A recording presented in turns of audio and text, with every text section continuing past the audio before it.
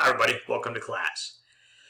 So I need to give you guys a little brief background to what's coming up. I'll try to make this relatively short. In the second video, which will coming up, you guys will get into the syllabus and the nuts and bolts of the class, but I want to give you guys a little introduction. First of all, again, welcome everybody. I'm glad you're joining me for the next 3 weeks. And I need to give you guys a little preview of what's coming up. So you heard correct, it's 3 weeks.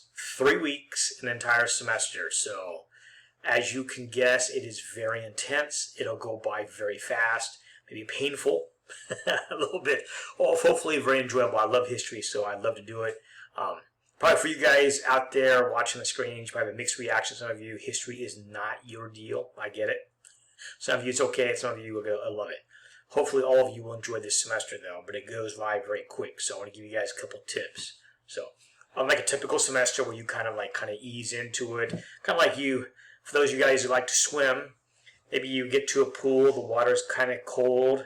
I'm not sure what philosophy you guys have to immerse yourself in that cold water. Do you kind of go in with one toe at a time, then you kind of go on the stairs, and you kind of work your way down to your body to adjust? In normal semester, you can kind of do that. In a 3-week intensive class, there's only one way that works, and that is you just dive in head first. That's the only way. So every day of this class, a lot's going to happen.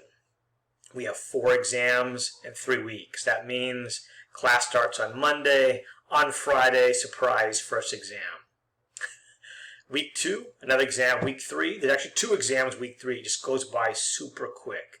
So let me give you guys an idea of the time commitment. So typically, if we were meeting in person, now obviously we're not, but if we were meeting in person, the typical commitment is class about 4.5 hours a day. So I would imagine you guys, again, it's a little bit different, but it depends on how you're doing it. But in general, you're going to be watching the lecture videos for probably a good 3-4 hours a day. Now, it depends on the day. Some days will be a little bit less than that. I'd say about that would we have if I was lecturing in class. Maybe 3 hours, probably better, maybe not 4, probably 3 hours about right. Now, additionally to those 3 hours of lecture videos you guys are going to watch, of course, you guys have a significant reading amount per day. So I'd say probably typically, again, depends how fast a reader you guys are. Some of you guys are really quick, happens for you really fast. Other guys need to take a little more time. It's just a ballpark, but I'm guessing probably a good 2 hours reading a day, maybe more. Maybe 2-3 hours reading a day. So you got probably 3 hours of lecture at least, not to mention if you do the Zoom discussion time, and probably 2, maybe 3 hours of reading per day. Now, there's some good news, and actually there's a lot of good news with this.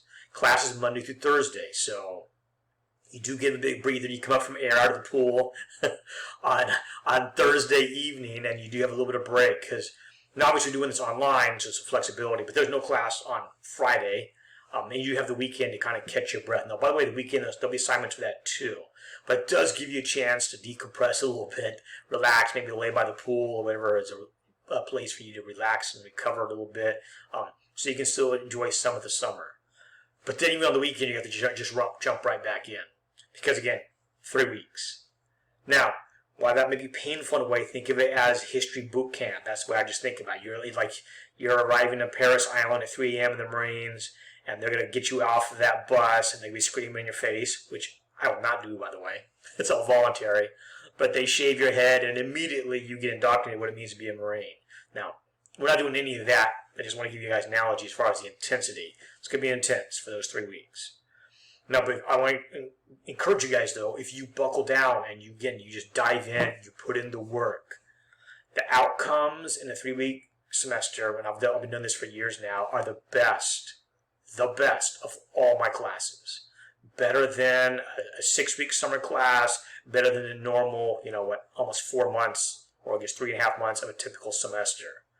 So yes, it's intense. Yes, it has to do a lot of you guys in a short period of time, a lot of reading, a lot of lectures, taking notes on those lectures, other assignments, exams, a paper you guys will do. Yeah, it's just a lot of work. But I'm just telling you guys, the best grade, and this is every summer, not just one time. Every summer I've taught this class, the 3-week class, the best on average grades, A's and B's. Now, It is true there'll be a couple students after the first day, they're like, no, not for me, no thank you, I'd rather have a regular semester, and that's fine. So some students just, but I know you guys are working, you guys got a lot going on, I get it. So for some reason, some students after the first day or two, they're just like, no. And that's fine. But for those of you guys who are able to put in the time and effort and the blood and the sweat and the tears, the outcomes are very good. You guys do a whole entire semester. 3 weeks, you're done, usually walking away with a very good grade. And I hope you enjoyed yourself along the way, even though maybe you have some, need to sleep and get some caffeine after this is all over. But it'll be a good experience for you guys. So just a little encouragement as you guys are jumping in. Again, you have that mentality. This is boot camp. Jump right in that pool, not to mix metaphors, but jump right in that pool. So even from day one, and actually you should watch this before day one, but just adjust your mentality, which is, I cannot take this class like a normal class. It's going to require a great deal of time per day. And then you'll be successful. So it's a good way to make it happen. You guys obviously sign up for 3-week class. You're kind of aware, obviously, it's going to be intense, and it is. But it can work out really well for all of you guys. So I encourage you guys, just dive into that pool, get to the bottom. I enjoy it as much as you can. I think you guys will enjoy it. The book you guys read in Augustus is fabulous. I know I love history, so I know it's like going to the candy store and the person who's making the candy loves the candy, saying it's delicious. Of course, I'm a historian. I love what I do. I'm not going to apologize for that.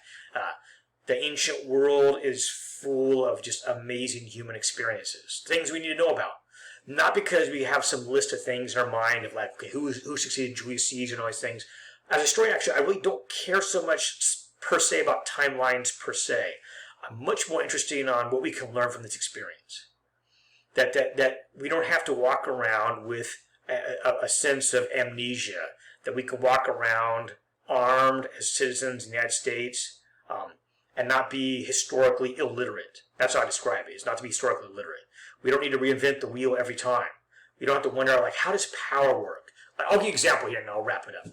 Like, you don't have to wonder, like, I wonder if you gave a 16-year-old person absolute power in a nation, what would happen? Now, you could do some sci-fi thing, Game of Thrones, something, you kind of wonder, like, oh, what would happen if you did that? If you gave a 16-year-old absolute power, I wonder how that would work out for them and for their nation. I wonder. Well, you don't have to wonder. Emperor Nero, 16 when his mother poisoned to death his father, was Claudius. At 16, Nero becomes emperor of Rome. How'd that work out for Rome? How'd that work out for Nero? How'd it work out for all people close to him? We don't have to do every experiment on ourselves. We don't have to wonder how all those things play out. The ancient world is full of examples of the best, the brightest, and the worst. If we simply take the time to enjoy the drama of the human experience and learn from it, we can be informed by it, we can be entertained by it. There's almost nothing new that's happened. I'm not saying technology is not new. Thank God, there's a lot of new technology. But the human mind interacting with our environment, with society, all those things, not new. So if you wonder, like, I wonder how this should play out. Over and over again, you have this extraordinary, the best and worst humanity all spilling out in the pages in front of us. It's a wonderful journey. I'm looking forward to taking that journey with all of you guys. I'll wrap it up right here, but welcome to class, everybody. I'm glad you're here. It's going to be successful. Just jump in that pool, get to the bottom. And the next thing you know, 3 weeks will be over. You'll have a very good grade. Hopefully, you also have a lot of good experiences and maybe you found a new passion. So with that, I'm going to wrap it up right here. So we'll see you with the next one when we get into the nuts and bolts with the syllabus batch for the video right below this one. So welcome, everybody. Good to see you. We'll see you with the next video right after this one. Take care, everybody.